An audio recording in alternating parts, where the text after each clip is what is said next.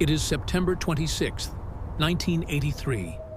Just after midnight, the world is quiet. Most people are asleep. Inside a secret bunker deep inside the Soviet Union, the quiet breaks. A siren screams.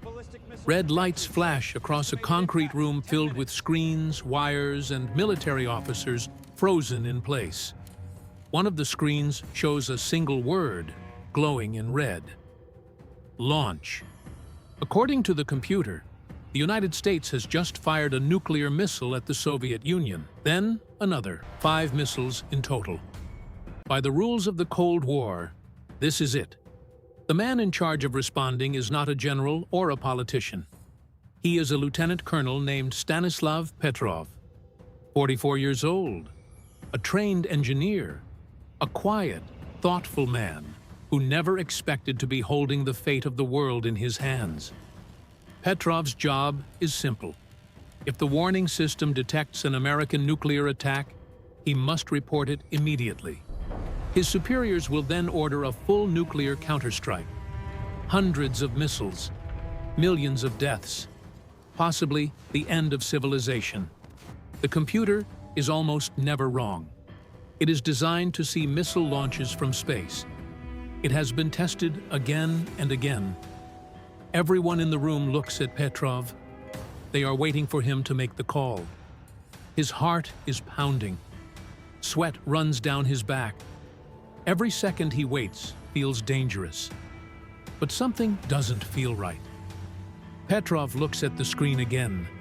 5 missiles. If the United States were launching a real nuclear attack, would they send only 5? It doesn't make sense. A real first strike would be overwhelming. Hundreds of missiles at once, enough to cripple the Soviet response before it could begin. This looks small, too small. The sirens continue. The system insists the attack is real. The pressure in the room is unbearable. Petrov knows the risk of hesitation.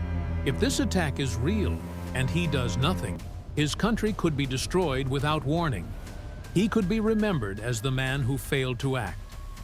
But if the system is wrong, and he reports it, the Soviet Union will launch its missiles, and there will be no way to take them back. Once launched, there is no apology, no second chance. Petrov closes his eyes for a moment. He thinks about the system. He helped design parts of it. He knows it is new. He knows it has flaws. And then he makes the most important decision of his life. He reports a false alarm. He tells his superiors. Это ложная тревога. Around him, officers stare in disbelief. This is not what he is supposed to say. This is not what the manual says to do. Now they wait. Minutes pass. Each second feels longer than the last. If American missiles are really on the way, radar stations will soon confirm them. The explosions will follow shortly after. But nothing happens. No new alerts. No radar confirmation. No impact. The screen eventually goes dark. The alarm stops. The room exhales. The attack never came. Later, it would be discovered that the system had mistaken sunlight, reflecting off clouds for missile launches. A rare alignment of the sun, the Earth, and the satellites fooled the computer into thinking the worst was happening. The system worked exactly as designed. Except for one thing, it relied on a human being to decide whether to trust it. Petrov is not celebrated. There is no medal, no public announcement. The incident remains secret for years. Admitting the mistake would mean admitting the system was flawed. He quietly returns home. The world never knows how close it came.